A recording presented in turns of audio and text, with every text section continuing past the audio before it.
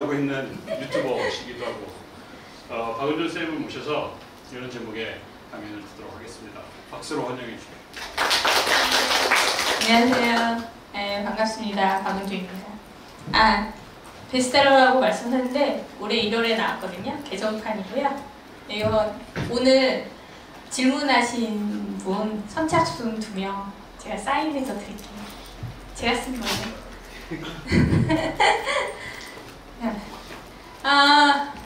그때 아직도 AI 신입 개발자를 꿈꾸고 있는 거 혹시 이런 비슷한 뉘앙스의 제목의 책을 혹시 아시나요? 그대 아직도 꿈꾸고 있는가라는 책 혹시 모르세요? 역시 모르시는군요. 박완선 님이라고 굉장히 지금은 고인이 되셨는데 굉장히 유명 그 많던 싱하는 누가 다 먹었을까 이런 책 쓰신 분이죠. 근데 제가 이 제목이 사실은 그 책은 그 제목 자체가 좀 부정적인 의미인데 오늘은 여러분들한테 사실 요새 취업도 어렵고 그 다음에 AI가 신입을 대체한다 이런 얘기들이 있는데 어떻게 하면 우리가 좋은 개발자로서 올해 이 시대에 롱런하는 개발자가 될까 이런 얘기들 그리고 실제로 면접을 하거나 필드에서 여러분들한테 요구하는 사항들 이런 것들도 같이 말씀드리도록 할게요. 잠깐 제 소개를 해드리면요. 교수님께서 말씀해 주셨지만 저도 오랫동안 개발자, 대학을 졸업하고 대학원을 다니고 그 다음에 대기업, 벤처, 중소회사 이런 데서 기업형 솔루션을 오래 개발했었고요. 강의도 오래 했었습니다. 아까 보여드렸지만 책도 한 권 썼었고요. 이따가 질문하시는 분들 선착순으로 나눠드릴게요. 제가 유튜브 채널을 하나 운영하고 있어요. 구독하시면 이 안에 들어가시면 사실 제 얘기는 별로 없고 업계에 굉장히 유명하신 분들 인터뷰하는 영상이 많이 있습니다. 그래서 여러분들에게 많이 도움이 될 거예요. 그러려고 운영하는 채널이니까 한번 봐주시면 좋겠고 블로그는 그렇게 열심히 하고 있지는 않습니다. 지금 여러분들은 굉장히 뭐라 그러나요? 어떻게 보면 좋은 세대고 어떻게 보면 참 힘든 세대인데 편하게 개발을 하고 있죠. 그죠? 내가 만들지 많이 노력하지 않아도 코드가 만들어지고 그 다음에 이미 굉장히 많이 만들어진 상태에서 그 위에서 개발을 하고 있는 프레임워크가 여러분들에게 굉장히 많이 도움을 주고 있고요. 그 다음에 AI가 몇 년 전부터 나왔지만 최근에는 진짜 많은 부분에서 AI의 도움을 받으면서 일을 하고 있죠. 말씀드린 대로 개발의 생산성이 굉장히 높아지는 그런 상태이고요. 그렇지만 한편으로는 AI가 결국은 신입을 대체하지 않냐? 라는 얘기가 현장에서 나오고 있기도 합니다. 미국의 어느 테크 회사에서는 사람을 뽑아달라 그러면 그게 AI가 못하는 이유를 얘기해라 라고 다시 질문을 한다는 그런 얘기도 있어요. 프레임워크를 쓰게 되면 굉장히 큰 장점이 있죠. 일단 프레임워크라는 것이 코드의 일관성, 그러니까는 개발자들이 각각 개발하는 게 아니라 하나의 어떤 틀 안에서 개발을 하기 때문에 팀 내에서 코드가 일관되게 할 수 있는 그런 품질과 신뢰성을 높여주는 면이 있습니다. 그래서 이렇게 생산성이 좋고 그 다음에 많은 도움을 받을 수 있는 이런 상황에서 그러면 우리는 어떤 개발자가 돼야 될까? 이런 얘기들을 제가 화두로 던지고 싶고요. 이제 뒤쪽에 가면 그렇지만 결국은 제가 하고 싶은 얘기는 백투더 베이직 기본이 가장 중요하거든요. 가장 오래 살아남는 개발자는 저도 지금도 살아남았잖아요. 그래서 제 주위에 제가 보면 굉장히 오래 살아남는 개발자분들을 보시면 그분들은 다 베이직이 튼튼하신 분들이에요. 그래서 왜 기본이 중요하냐 이런 얘기도 제가 해드릴 수밖에 없습니다. 말씀드린 프레임워크로 개발하는 여러 가지가 있는데 여러분이 스프링이나 리액트 이런 거 써보신 분 계세요? 나 써봤다. 어떤 장점이 있던가요? 써보셨을 때? 그냥 편하게 얘기하세요. 그 스프링은 아니고 이제 그 프레임워크 네. 베이스 프레임워크인데 이제 저희가 HTTP 방법부터 처음부터 프로그램하지 않듯이 그런 거를 이미 많이 등장한 패턴들을 잘 구현해놓고 커뮤니티가 유지 보수하고 것들을 써서 더 이제 편성을 굉장히 높일 수 있는 경험이었습니다. 네, 맞아요. 그래서 개발에 내가 뭘 만들고자 했을 때 그 개발 바닥부터 만드는 게 아니죠. 그죠? 네, 굉장히 많이 만들어진 기초 아래서 내가 만들기 때문에 생산성 향상이 좋고 결국은 목적은 이거예요. 비즈니스 로직에 집중해서 개발을 해라. 네가 만들고 싶은 거를 만들면 된다. 그래서 프레임워크를 한마디로 뭐라고 얘기하냐면 그 플레이스 홀더라는 얘기를 해요. 구멍이 군데군데 뚫렸는데 거기를 너네들은 메꾸면 된다. 그러니까 프레임워크가 흘러가는 거는 이미 정해져 있어요. 스프링이든 리액트든 노드.js든 그러면 그 중간중간에 비즈니스 로직을 끼워 넣으라는 얘기죠. 그 대신에 여러분들이 이제 그거를 쓰려면 그거를 이제 공부를 좀 하셔야 되죠. 그죠? 프레임워크는 뭐 계속 많이 나오고 없어지고 하고 있지만 이거는 이제 2024년에 보시면 제일 많이 쓰는 게 노드.js, 리액트, 그다음에 여러분이 또 이제 웹 프로그램 할 때 많은 스프링 부트 이 정도 유행을 하고 있고 그다음에 여러분들 가장 많이 공부를 하고 있습니다. 프로그래밍 랭귀지도 보시면요, 파이썬, 요새 파이썬 인공지능 때문에 파이썬을 많이 쓰고요. 그다음에 자바, C 이런 것들도 아직 있죠. 살짝 이거는 이제 제가 트렌드를 가져왔고요. 그러면 우리가 실제로 개발을 한다는 게 어떤 거냐라고 했을 때 개발이라는 거는 그런 거죠. 세상에 없는 거를 개발하는 건 아니에요. 기존에 있는 건데 그거를 어떻게 하면 디지털화하고 그 다음에 자동화하고 사람들이 편하게 쓸 수 있게 우리가 시스템을 해주느냐 이런 게 이제 개발이죠. 그렇다고 했을 때 그 고객들의 요구사항을 분석하고 코딩을 하고 이거를 디플로이해서 운영을 하고 이게 이제 개발자가 하는 일은 전체적인 이런 일들을 해요. 그런데 보시면 프레임워크나 AI가 이 중간중간에서 이제 굉장히 많은 도움을 주고는 있어요. 이제 스프링부트 얘기를 조금 해보면요. 스프링부트로 개발을 한다라고 하면 예전에는 바닥부터 만들었어요. 진짜 톰캣을 깔고 그 다음에 HTTP 리퀘스트를 받고 걔를 처리하고 리스폰스를 때리고 이런 일들 그 다음에 DB 커넥션이 필요하면 DB 커넥션을 열어서 또 트랜잭션을 알리고 이런 일들을 직접 했는데 지금은 어떻게 하죠? 일단 이거 이니셜라이저 켜서 따깍따깍따깍 하면 기본적인 게 쫙 올라와요. 라이브러리 다 임포트 되고 내가 필요한 것들 디펜던시 쫙 올라오죠. 그렇죠? 이제 우리가 컨피규레이션 같은 거 신경 쓸 필요 없고요. 톰캣을 깔아본 적이 있어요. 실제로 톰캣. 그러니까는 내가 톰캣을 쓸 거야. 왓스가 필요해 라고 해서 톰캣을 깔아본 적이 있으신가요? 8080 톰캣을 띄우고 쉘에서 띄우고 8080을 때려서 톰캣이 막 이렇게 있는 그런 페이지 본 적 없잖아요, 이제. 네, 내장 왓스가 다 있고요. 그 다음에 대부분의 디펜던시들이 다 연결이 되고, 심지어 이제 DB에 대한 트랜잭션을 하기 위한 커넥션 풀도 다 만들어져요. JPA를 쓰시잖아요, 그죠? JPA라는 거를 쓰게 되는데, 그럼 JPA가 구현체냐, 인터페이스냐? 만약에 인터뷰로 가셨는데 인터뷰 하시는 분이 JPA가 구현체예요? 인터페이스예요? 물어보면 뭐라고 대답하실 거예요? DB 스프링 부트를 이용해서 여러분이 게시판을 막 만들었어요. 깃허브 링크를 올렸거든요. 그러면 인터뷰 하시는 분이 그 깃허브 링크를 딱 눌러보면 막 스프링 부트 이용해서 만들었단 말이죠. 인터뷰 하시면서 JPA가 뭡니까? 그러면은 막 설명을 하죠. ORM이 저기 설명할 거잖아요. 그럼 JPA가 구현체예요? 인터페이스예요? 뭐라고 대답하실 수 있어요? 혹시 써보신 분 JPA? 손들어도 괜찮아요. 안 무서워요. 때리거나 물지 않습니다. JPA는 인터페이스거든요. 그러면 실제로 구현체는 어디 있나요? 라고 물어보겠죠. 구현체는 어디 있을까요? 스프링 부트 처음에 로드될 때 내장돼서 올라와요. 하이버네이트.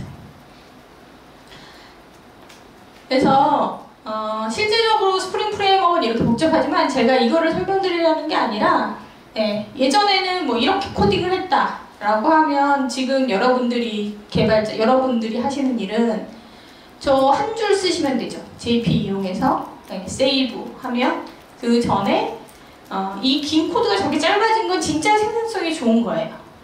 그건 맞습니다. 그런데 그 결과로 우리는 굉장히 많은 거를 모르고 쓰고 있어요. 그래서 결국은 내가 게시판을 만들었지만 이런 그림이 나타날 수밖에 없죠. 어디서부터 어디까지가 내가 짠 코드고 왜 게시판이 돌아가는지를 모를 수가 있어요.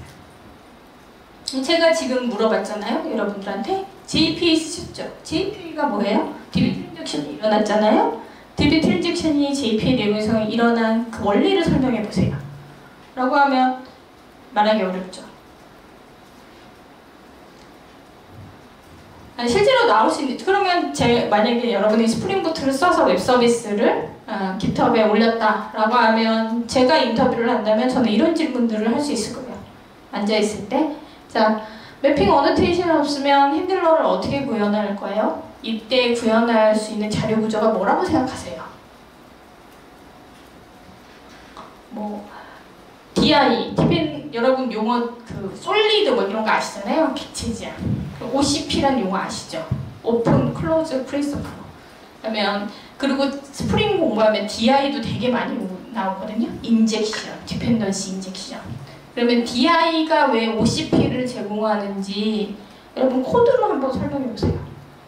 이런 질문을 할 수 있어요. 근데 이제 이런 질문이 사실 굉장히 원론적인 질문이라는 거죠. 여러분들한테 용어를 물어보는 게 아니고 실제로 객체지향 프로그램에 대한 이해를 하고 있는지, 그리고 그런 것들이 어떻게 제공되는지 알고 있는지, 용어와 그 다음에 실제 경험, 프로그램에서 그런 것들을 경험해 봤는지, 그런 거를 물어보는 거예요. 뭐 심지어 커넥션 풀을 썼는데 커넥션 풀이 WAS에 있나요? DB에 있나요? 물어보면 그런 대답도 잘 못하는 경우도 있어요. 커넥션 풀은 WAS에 있는데 DB에 있다고 말하시는 분이 굉장히 많아요. 레디스 들어보셨어요 혹시? 네, 레디스 들어보셨죠? 레디스가 캐시 같은 거거든요. 레디스를 막 쓰면 프로그램 개발할 때, 그러면 레디스를 주로 언제 쓰냐? DB 갔다 오지 않고 캐싱하는 데이터 쓸 때도 쓰고, 그 다음에 로그인하는 세션 인증 정보 저장할 때도 쓰고, 메시지 브로커로도 써요. 그래서 메시지를 갖고 있다가 이렇게 분배해주는 이런 일을 하는데, 그럼 내가 이렇게 레디스를 써봤다라고 얘기하면 뭐를 물어볼 것 같아요? 레디스를 어떻게 쓰셨어요? 이런 질문을 하진 않죠. 그죠? 실제적으로 나올 수 있는 질문은 그럼 캐시를 뭐라고 생각하느냐? 키와 관련된 해싱에 대한 설명을 해봐라. 이거 적으실 필요 없어요. 그 다음에 뭐 메시지 큐를 이용해서 비동기를 구현했다라고 하면 동기, 비동기에 대한 방식에 대해서 한번 얘기해보세요. 제가 지금 계속 어떤 질문을 던지고 있어요? 굉장히 기본적인 질문들을 던지고 있어요.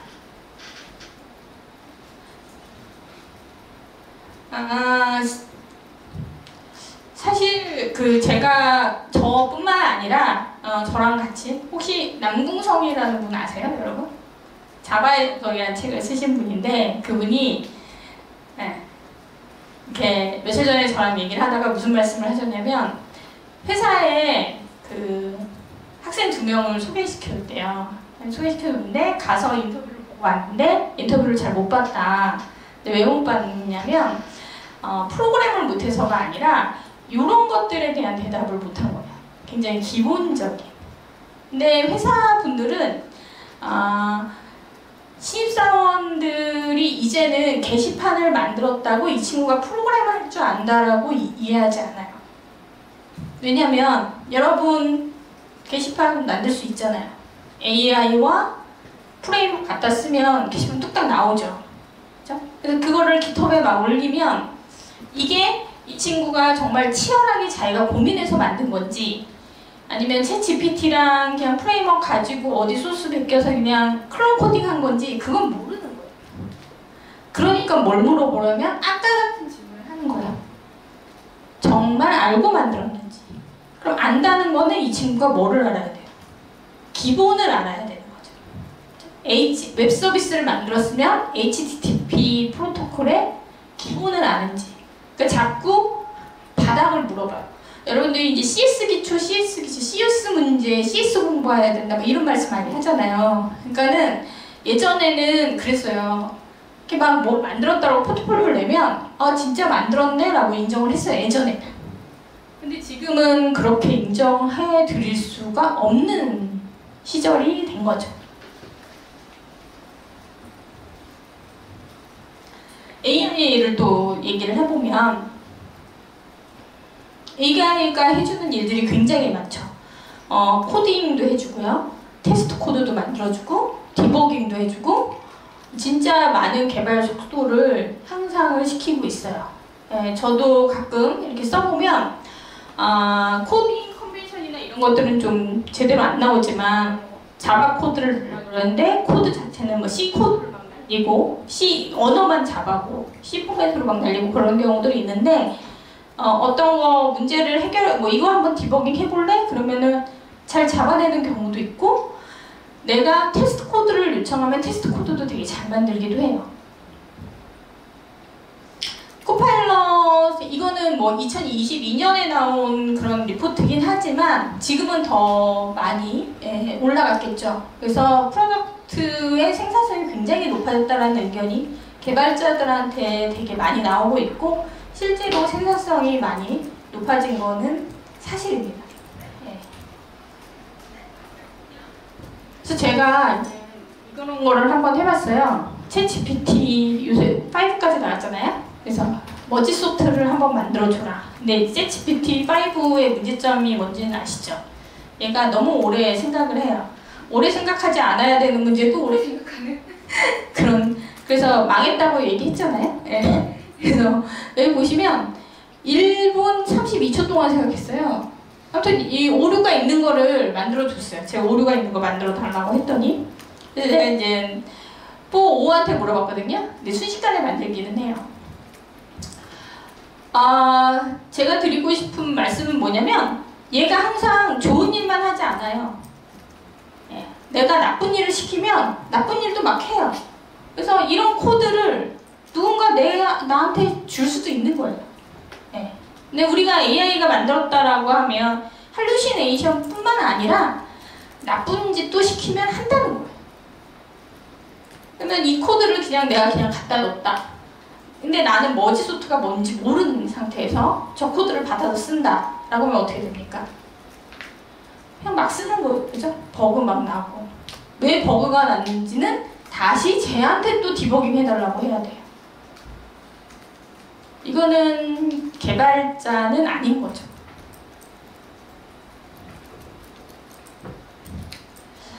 바이브 코딩이라는 얘기 또 많이 들으시죠?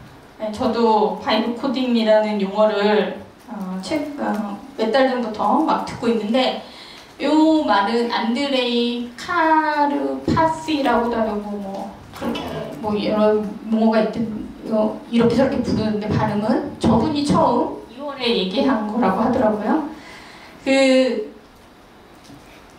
이분이 한 얘기 중에 가장 인기 있는 프로그램은 없는 영어다 라고 해서 영어로 프롬프트를 때려서 AI가 LMM이 주는 코드로 코딩을 한다. 근데 바이브라는 게 원래 뭐예요?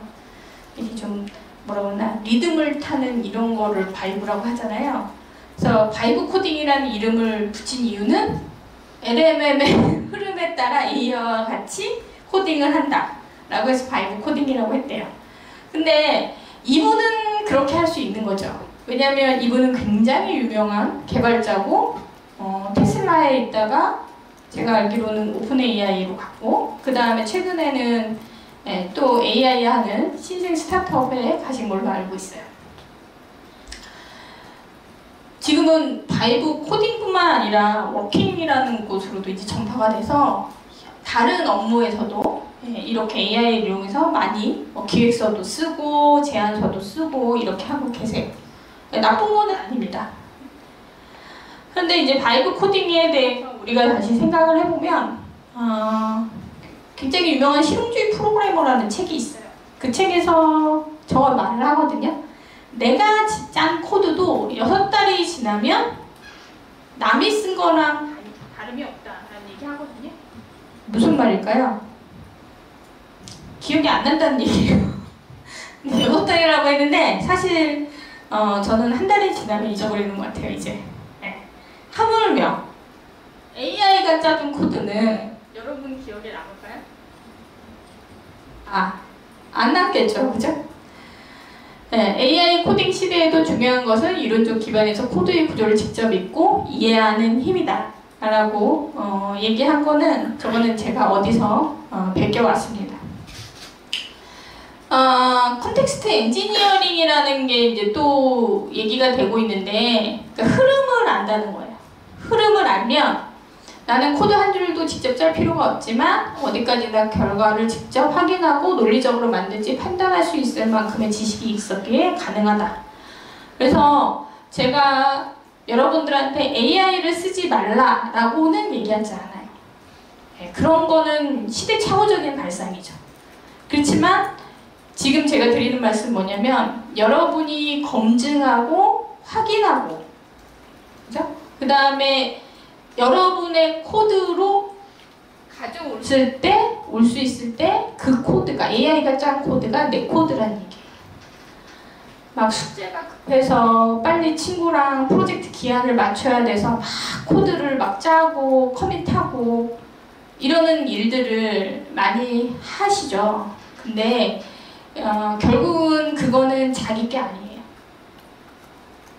그래서 웬만하면 AI가 짜주는 코드가 있다라 하더라도 그 코드를 내가 한 번 더 검증하고 내가 모디파이하고 그럴 수 있는 능력이 있으셔야 된다. 잠깐 이제 요새 신입 사원들이 굉장히 뭐죠? 취업하기가 힘드시잖아요. 제가 AI 포지션에 대해서 잠깐 말씀을 드리면 AI는 크게 이제 지금 디스크립션을 보면 AI 포지션은 굉장히 많이 오프닝이 돼 있어요. 그래서 AI 딱 치면 회사도 되게 많고 그 다음에 그래서 관심 있으신 분들은 AI 관련해서 일을 하려고 하시면 그 포지션은 많이 있는 것 같아요. 근데 일단 AI 사이언티스트, 리서치 사이언티스트 쪽은 이제 대부분은 석박사들. 그래서 이분들은 진짜 연구를 하거나 논문을 발표하거나 뭐 이런 일들을 주로 하시고요. 이쪽은 이제 공부를 좀 더 많이 해야 되는 것이고, 리서치 엔지니어라는 포지션이 있는데 저쪽은 이제 학위가 꼭 필요한 건 아니지만 대부분 이 회사에서 필요한 모델, 엔진 이런 것들을 실험적으로 개발하는 쪽. 어떻게 보면 리서치하고 좀 가깝지만 프로덕트를 만드는 그런 쪽의 포지션이 있어요. 근데 지금 이제 가장 많이 뽑는 포지션 중에 하나가 세 번째예요. AI 어플리케이션 디벨로퍼. 지금 LMM이 있고 그다음에 거기에 굉장히 많은 API가 나오고 있잖아요. 그래서 에이전트를 만든다라든가 락을 이용해서 어떤 그 회사에 필요한 그런 에이전트를 구축한다거나 이런 거의 포지션은 되게 많아요, 사실. 근데 여기도 이제 경력을 요하기는 하는데 조금 열심히 해서 뭐 파일럿 프로젝트를 좀 쌓고 이렇게 하면 워낙에 저 포지션에 지금 수요가 많기 때문에 괜찮지 않을까 생각하고요. 나머지 이제 저 마지막은 이제 데브옵스 같은 LMOPS가 있어요. 그래서 플랫폼을 구축하고 AI 관련해서 개발자들이 일할 수 있는 환경을 만들어주는 엔지니어 쪽 이렇게 있습니다. 갑자기 엔지니어가 하는 일을 왜 말씀을 드리냐면 AI가 실제로 그러면 LLM이 나와 있고 그다음에 뭐 머신러닝, 딥러닝 이런 얘기를 하는데 혹시 에이전트 같은 거 개발해 보신 분 있어요 여기서? 아무도 이제 손을 안 드는군요. 질문 없으세요? 요새 에이전트 만드는 거 굉장히 유행이잖아요. 혹시 챗봇 같은 거 만들어 보신 분? 아, 있으세요? 해보셨어요? 챗봇은 아닌데. 책 한 권 드릴게요. 얘기해 주세요. 챗봇은 아니고요. 네. 이제 어떤 코드가 있고 코드 리뷰를 해주는 그런 시스템을. 코드가 있으면 AI가 그 코드를 리뷰해주는 그런 거 만들고 있어요? API로. 네, 그렇죠. 그렇죠. 여러 가지 에이전트들이 있을 수 있죠. 그죠? 이 문서를 주면 그 문서를 요약해주는 이런 서비스도 있고, 뭐 야놀자 이런 데에서 후기 나온 거 있으면 후기 요약해주는 그런 서비스가 있고, 그 다음에 카카오톡이나 이런 대화방에 메시지, 내가 그동안 읽은 메시지가 있는데 요약해줘. 요약한 메시지 요약해주는 그런 기능들도 있고, 뭐 동영상 내용을 다시 글로 바꿔서 다시 그거를 사람들이 이해할 수 있는 간단한 영상으로 만들어주는 뭐 그런 것들도 있어요. 되게 많은 에이전트들이 있는데 얘네들을 만드실 때 이제 뭐 처음에 하는 게 뭐냐면, 여러분이 AI 챗GPT랑 얘기할 때 어떻게 해요? 프롬프트를 잘 날려야 된다는 얘기를 되게 많이 하잖아요. 그죠? 네, 프롬프트를 만들어요. 그래서 무슨 일을 해달라라고 정의를 하고 API를 불러요. 그리고 나서 결과를 받아요. 이게 사실은 하는 일이에요. 에이전트 만드는 일이. 그런데 결과가 나오면 그 결과를 그 다음에 어떻게 하냐면 이전에 있던 더 좋은 결과랑 한번 이밸류에이션을 해요. 평가한다고 하거든요. 평가해서 그 결과가 안 좋으면 이제 뭐를 하냐면 프롬프트를 수정하고 거기에 데이터셋을 수정하고 이런 일들을 해요. 그러니까 결국은 우리 엔지니어가 하는 일은 뭐냐면 뭔가를 기술하고 그거에 대한 API 불러서 호출하고 결과 보고 이밸류에이션 하는 것도 뭐 우리가 알고리즘을 짜서 이밸류에이션 하는 거 이밸류에이션 툴이 다 있어요. 걔네 이밸류에이션 하고 결과 보고 다시 이게 이제 에이전트를 만드는 일이거든요. 그런데 에이전트의 성능을 그러면 좋게 해야 된다라고 하면 어떻게 해야 되냐? 데이터셋을 어떻게 집어넣을까? 그러니까 그 전처리 과정을 체크를 하셔야 돼요. 그리고 그 중간에 프롬프트에 어떤 것들을 넣어야 되냐라는 걸 생각을 하셔야 되죠. 결국은 실제로 이 AI가 어떻게 돌아가냐, 데이터가 이런 식으로 들어갔을 때 얘가 이 데이터를 그 내부적으로 어떻게 처리를 하느냐, 그리고 그 안에서 AI가 이 데이터를 활용해서 결과를 어떻게 뽑아내냐, 이게 그 인사이드를 좀 아셔야 돼요. 그걸 전혀 모르고 그냥 프롬프트 이렇게 날리면 좀 더 잘 나온다는데 뭐 데이터셋 이렇게 나오면 잘 나오는데 이렇게 계속 핸들링을 하다 보면 결국은 나는 그냥 챗 GPT랑 얘기하다가 끝나는 엔지니어가 될 수밖에 없습니다.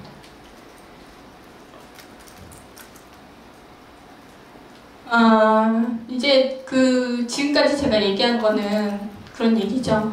프레임워크가 있지만 프레임워크에 의존하지 마라. AI가 있지만 AI에 너무 의존하지 마라. 그런 말씀을 드렸었는데, 최근에 개발자 취업 제가 구글에 물어봤거든요. 신입 개발자라고 했더니 나오는 기사 제목들이 뭐 이런 거예요.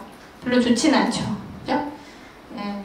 신입 개발자한테 경력을 요구하기도 하고, 제가 최근에 부트캠프에서 계속 있으면서 어플라이 하시는 걸 보면 한 서류 50개 정도 넣으면 면접 한 번 정도 가시는 것 같아요. 평균적으로. 네. 근데 그게 거의 평균이라고 보시면 돼요. 경력이 취직을 하려면 뭐 경력 같은 걸 요구하고, 뭐 취직이 안 돼서 경력이 없고 뭐 이런 악순환이 계속 반복이 되고, 실제로 AI 쪽은 엔지니어가 아까 방금 전에 제가 말씀드렸듯이 조금 수요가 있기는 한 것 같습니다. 제가 한번 이게 제 유튜브인데요. 제가 인터뷰를 했어요. 이분이 누구시냐면 배민 개발자셨고 그다음에 최근에 컬리 CTO를 하신 분인데 이분이 어떤 신입 개발자를 원하느냐라고 여쭤봤는데 쇼츠로 한 영상이 있어서 제가 플레이 해드리도록 하겠습니다.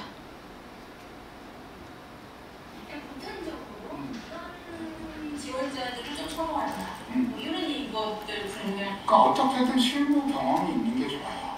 그래서 안 좋은 조건이더라도 실무 경험을 해보시고 만약에 돈을 받고 받은 그런 실무 경험을 할 일이 아니면 뭔가 토익 프로젝트든 여러 가지 뭐 팀 프로젝트든 해서 실무 경험 자꾸 쌓는 게 그나마 제일 낫지 않을까 라는 생각이 너무 저는 이건 또 이거 모르겠어요. 이거는 제가 당연하지 못하겠는데 너무 대용량 처리라든가 아니면은 뭐 DDD 객체 지향 프로그래밍 뭐 이렇게 큰 규모의 프로젝트나 프로덕트를 만들 때 고려되는 일에 너무 매몰되지 않았으면 좋겠다. 알 수 없을 뿐만 아니라 잘못 알기가 쉬워요. 그래서 오히려 역효과가 있으니까 그런 거에 대해서 너무 심취하지 마시고 그리고 좋은 코딩 스킬들이 있어요. 뭐 TDD라든가 이런 짝 프로그래밍이라든가 코드 리뷰 뭐 이런 좋은 코딩 프랙티스들 이런 것들을 한번 경험하거나 실천해 보시면 좋겠다. 한마디로 기본에 충실한. 또 하나는 오픈 소스들 많이 분석해 보세요. 그렇죠. 기여하셔도 좋고. 그리고 공식 문서도 좀 많이. 네, 공식 문서 보시고. 그러니까 남의 블로그나 뭐 이런 거에서 팁을 얻고 그런 것도 좋은데 가장 중요한 건 공식 문서. 맞아요. 이 공식 문서를 어려워하시는데 어려울 거라고 지레짐작을 하는 거죠. 절대 그렇지 않아요. 맞아요. 좋은 말씀입니다. 저도 부트캠프 친구들한테 많이 하는 얘기 중에 하나인데 너무 이렇게 회사에 들어가서 익힐 수 있는 기술을 알려고 하지 말고 지금 내 상태에서 다질 수 있는 그런 것들을 준비해서 제가 전공자가 아니잖아요. 전공자가 아닌 사람으로서 명확하게 얘기할 수 있는데 소위 대학교 학부 수준에서 배우는 전공 과목은 그냥 누구나 공부하면 공부할 수 있는 내용들이에요. 이건 아닌 것 같아요. 그러진 않습니다. 네, 그래서 이 영상에서 이분이 제가 특별히 인터뷰를 하면서 이걸 물어봤던 게 이분이 당연히 그 전에 인터뷰도 많이 하고 CTO시니까 굉장히 많은 개발자들을 보고 그다음에 롱런하는 개발자들을 많이 보죠. 근데 제일 중요한 거는 기본에 충실한 게 중요하다. 그리고 저도 그런 얘기를 굉장히 많이 하는데 여러분이 뭐 어떤 프레임워크를 공부하시거나 아니면 새로운 거를 보실 때 끝이에요. 들리시죠? 그 공식 문서를 많이 보세요. 그러니까는 뭐를 이제 내가 개발해야겠다라고 했을 때 급하니까 블로그를 많이 찾으시거나 유튜브 검색을 많이 하시잖아요. 물론 거기에 있는 내용들이 틀렸다라는 건 아니에요. 그게 빨리 내가 요약돼서 빨리 그 내용들을 섭취할 수는 있지만 공식 문서만큼 정확한 내용은 없어요. 그리고 좀 더 여유가 된다면 그렇게 공식 문서를 보고 내가 개발했던 경험을 내가 블로그로 좀 정확하게 남겨주시는 거. 그런 경험을 연습을 하셔야 돼요. 쉽게 얻은 지식은 쉽게 날아가요, 사실. 그래서 되도록이면 그런 조금 불편하겠지만 그런 연습을 많이 하시고 개발자가 공식 문서를 봐야 되는 거는 국룰이에요. 실제 이제 면접에서 일어나는 일들을 제가 후기로 얘기를 들어보면 말씀드렸듯이 아까 제가 초반에 했던 질문들 있죠? 뭐 스프링을 썼지만 스프링에 대해서 이해를 많이 못한다든가 그 다음에 웹 서비스를 만들었는데 웹 서비스의 기본에 대해서 HTTP 프로토콜에 대한 질문을 했는데 그거에 대해서 저한테 대답을 못한다든가 그러면 사실 100% 아웃이에요. 그리고 좀 우스운 얘기지만 여러분들이 인터뷰하러 가잖아요. 그러면 인터뷰하러 가시는 분들은 대상은 대부분 옛날 분들이에요. 그죠? 그러니까 여러분보다는 윗세대거든요. 근데 인터뷰하는 분들이 뭐를 물어봐요? 본인이 아는 거를 많이 물어봐요. 그죠? 본인이 모르는 거를 질문하진 않거든요.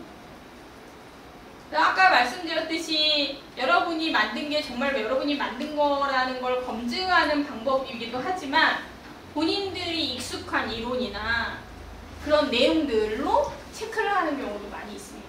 그래서 DB를 잘 하시는 분은 DB에 대해서 막 물어봐요. 뭐 인덱스 처리를 어떻게 했냐, 뭐 트랜지션이 어떻게 하냐, 뭐 이런 것들을 막 물어보시고요. OS에 잘 하시는 분은 뭐 스레드, 세마포 뭐 이런 거 물어보시면서 잽을 날리는 거죠. 그래서 기본적인 거를 대답을 못하는 경우가 굉장히 많고, 그 다음에 이제 이거는 뭐 의도치 않았겠지만 어려운 용어를 나도 모르게 얘기했는데 이제 털린다고 하잖아요. 그쪽에서는 이제 그래? 진짜 아나? 이렇게 하시는 거죠. 그래서 뭐 제가 뭐 OCP 뭐 저거 딱 얘기했으면 OCP 아나? 코드 한번 해봐라. 뭐 이런 식으로 나오게 되겠죠. 그다음에 이제 이런 경우가 굉장히 많아요. 본인이 프로젝트를 했다고 포트폴리오에 막 썼는데 두 가지 경우죠. 팀 프로젝트를 한 경우. 그러면 내가 안 짰기 때문에 모르는 거고, 또 하나는 내가 커밋을 했지만 AI가 만들어준 경우. 또 대답을 못하겠죠. 그 다음에 이제 프레임워크나 이런 것을 썼을 때는 그 프레임워크의 좀 인사이드를 물어보면 또 대답하기가 좀 힘든 경우들도 있습니다. 그래서 제가 제목을 꿈꾸고 있는가라고 했는데 꿈꾸지 말라는 말씀은 아니고, 당연히 여러분들도 꿈을 꾸고 그 다음에 나가서 취업을 하고 신입으로부터 시작해서 오래가는 개발자가 되시기를 바라요. 그러기 위해서는 여러분이 학교에서 배우시는 게 진짜 중요해요. 근데 이게 사실 연결이 지금 잘 안 돼요. 그러니까 지금 학교에서는 이론적인 거를 막 가르치잖아요. 그렇죠? 근데 이게 여러분이 실제 하는 엔지니어링하고 연결은 잘 안 됩니다.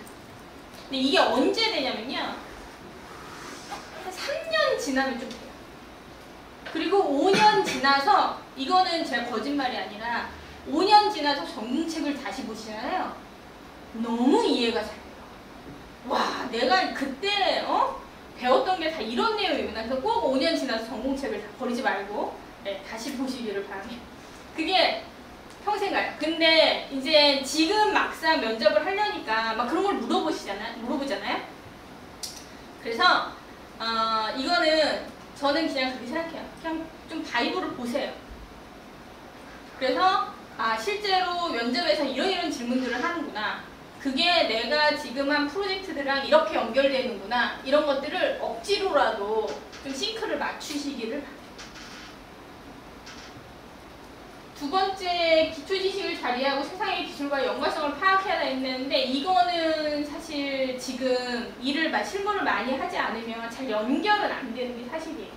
근데 저도 그런 경험을 했고, 제 제자 중에 한 분도 굉장히 오랫동안 네이버를 다니다가 이제 이직을 하는 시간에 잠깐 네이버를 한 6년 다녔거든요. 그러고 나서 이직을 하려고 CS 책을 이제 공부나 해볼까 하고 다시 봤는데 너무 이해가 잘 되고 CS 책이 너무 재밌대요. 그런 얘기는 제가 수시로 많이 들었습니다. 그래서 여러분이 지금은 이론과 하는 것들이 좀 어려울 수 있지만, 그리고 내가 지금 하는 프로젝트랑 무슨 연관이 있지?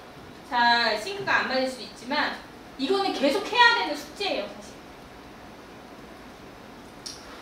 근데 이제 이게 여러분한테 제가 또 해드리고 싶은 얘기가 뭐냐면, AI를 잘 쓰시는 거는 근데 여러분이 굉장히 경쟁력 있는 역량이세요. 그러니까 쓰지 마시라는 게 아니라 잘 쓰셔야 돼요. 내가 만약에 백엔드 엔지니어다. 그러면 프론트를 AI로 만들고 이걸 나중에 거기다가 올리시는 포트폴리오에다. 그래서 나는 나의 부족한 부분을 AI로 커버할 수 있다. 라는 거를 보여주시는 게 굉장히 중요해요. 생각보다 이건 제가 CTO님한테 직접 들은 얘기인데요. 생각보다 시니어 분들이 AI를 되게 못써요. 필드에서 시니어들이 퍼포먼스가 굉장히 많이 날 것 같은라고 생각하는데 한 20년, 뭐 15년 넘은 분들은 그렇게 많이 나지 않습니다. 많이 나시는 분들은 좀 주니어에서 이제 지난 3년차, 5년차 이런 분들은 굉장히 잘 나요. 그래서 그분들이 신입을 배치해야 하는 걸로 AI를 쓰는 이런 안 좋은 형국이 되긴 한 거죠, 사실은. 그러니까 신입을 한 명 뽑아야 되는데 신입을 안 뽑고 자기가 AI 써서 막 만들고. 근데 뭐 그렇다고 신입을 안 뽑을 것이냐? 그건 아닌 것 같아요. 뽑긴 뽑을 겁니다. 뽑고 있고 계속. 근데 인더스트리가 좀 바뀌죠. 아까도 말씀드렸듯이 AI 쪽에 이제 신입이 좀 더 많이 포지션이 오픈되는 경향이 있고요. 근데 여러분이 내가 AI를 굉장히 능숙하게 잘 쓰고 얘를 잘 활용하는 사람이다라는 걸 어필하는 거는 입사하실 때 굉장히 중요해요.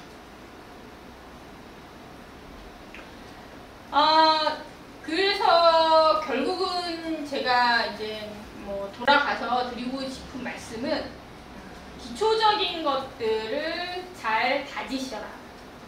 지금 배우시는 거에 대한 거에 뭐 100% 어떻게 응용해야 되지? 그런 게 다 이해가 안 되시더라도 잘 정리를 해 두시고 나중에 공부를 하실 때 아까 말씀드렸잖아요. 제가 레디스를 한다. 그럼 이게 캐시라고 해요. 그럼 캐싱을 한번 보는 거죠. 캐싱 알고리즘이 뭐지? 캐싱이라는 게 뭐지? 그러면은 캐시를 이용한 어떤 것들이 있지? 캐시 메모리는 뭐지? 이렇게까지 연결해서 한번 공부를 해보시는 거예요.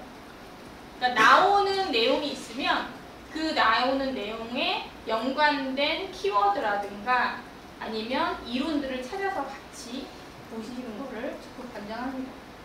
그 다음에 이거는 말 안 하셔도 지금 디지털 세대인 여러분들은 굉장히 잘하실 것 같은데 굉장히 빠르게 변화하고 있죠.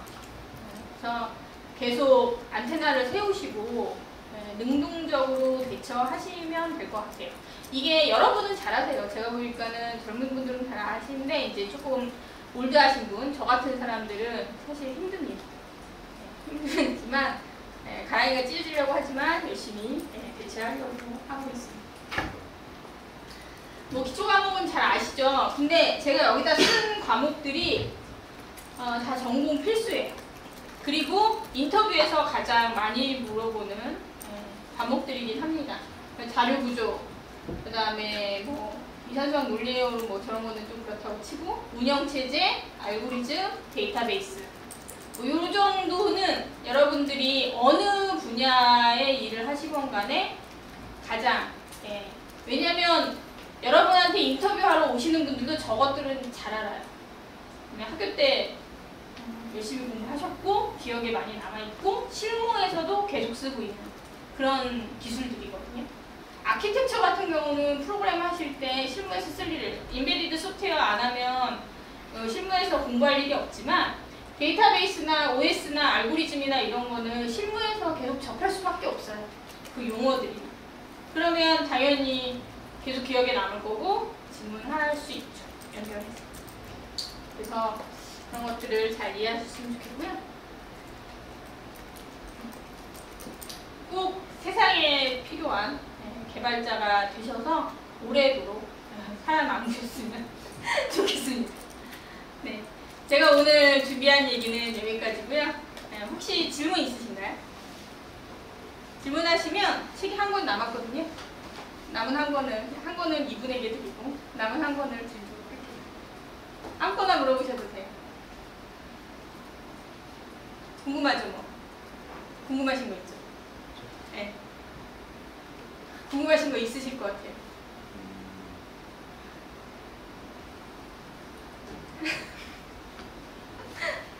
혹시 질문하실 거? 네.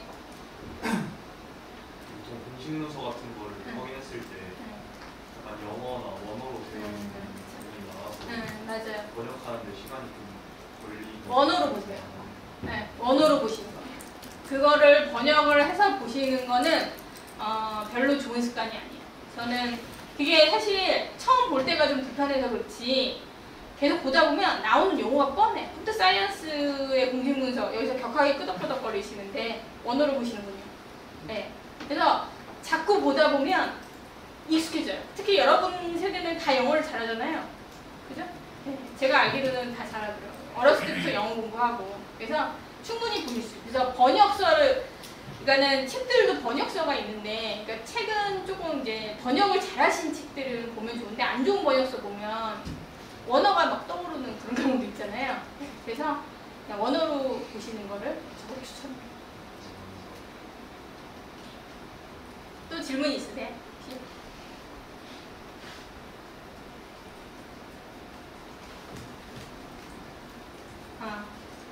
시간은 거의 예. 기초 CS식은 이제 공부하는데 코딩 짜는 게 이제 옛날에는 직접 다 코딩을 했잖아요. 맞아요. 근데 현실은 요즘에는 AI가 다 짜줄 수 있는데 그 코드를 AI가 짜준 코드를 이해할 수만 있다면은 직접 코딩하는 능력은 크게 길르지 않아도 되는 건지 궁금해요. 그러니까 이해를 한다는 수준을 이제 정확히 좀 생각해봐야 될 것 같은데, 저는 웬만하면 시간이 그렇게 급박하지 않으면 본인이 짜는 게, 학생 때는 본인이 짜는 게 맞아요. 네. 아까 말씀드렸듯이 나는 백엔드를 했는데 프론트는 하나도 할 줄을 몰라. 근데 프론트 엔지니어가 없어. 그러면은 그냥 조금 이제 도움을 받아서 이렇게 해보겠는데, 내가 백엔드를 뭐 책임지고 있어 라고 하면 그거를 참고할 수는 있을 것 같아요. 그러니까 어디 막혔을 때 한번 보고 아 이런 식으로 짜는구나 라고 참고할 수는 있겠지만 그 코드를 그대로 비껴오는 거는 학생 때는 좀 아닌 것 같아요. 그러니까 나중에 제가 그런 경험을 많이 했어요. 내가 수도 없이 아까 만약에 머지소트다. 내가 수도 없이 머지소트를 짜봤어. 근데 내가 이걸 쫓아내는 게 노가다야 라고 생각하는 거예요. 그러니까 내가 이 일은 나한테 생각하면 이거는 나는 눈 감고도 할 수 있다거나 이게 노가다다라는 그런 느낌? 네, 그럴 때는 이제 AI가 짜면 좋은데 내가 이 스킬을 익혀야 된다 라는 입장이면 저는 웬만하면 지금은 시간이 좀 걸려도 본인이 하시는 게, 그리고 AI랑 비교해보는 그런 거 방향으로 하시면 어떨까? 공부하는 때니까. 그렇습니다. 네. 기업에서 AI 쓸 때 보안 문제가 있을 것 같은데 네. 기업마다 어떻게 처리하는지 몰라요. 보안 문제 일단은 아예 못 쓰게 하는 회사들도 있어요. 네, 대기업 중에. 그리고 내부적으로 망을 이제 구축하죠. 그러니까 내부적인 일들이 필요하다라고 하면 아까 RAG 말씀드렸잖아요. 그렇게 내부망을 구축하고 내부의 문서들, 그러니까 내부망에서만 쓸 수 있게끔 그렇게 이제 하고요. 네, 말씀하신 대로 어떤 회사들은 아예 쓰지 마라, 업무적으로 내부망이 아닌 경우에. 왜냐면 알게 모르게 회사의 뭐 기획서나 이런 것들을 업로드하고 요약해서 이럴 수 있잖아요. 회의록 같은 거 못 쓰게 하는 그런 회사들도 있습니다. 큰 회사들. 근데 작은 회사들은 그렇지 못하는 회사들도 많이 있어요.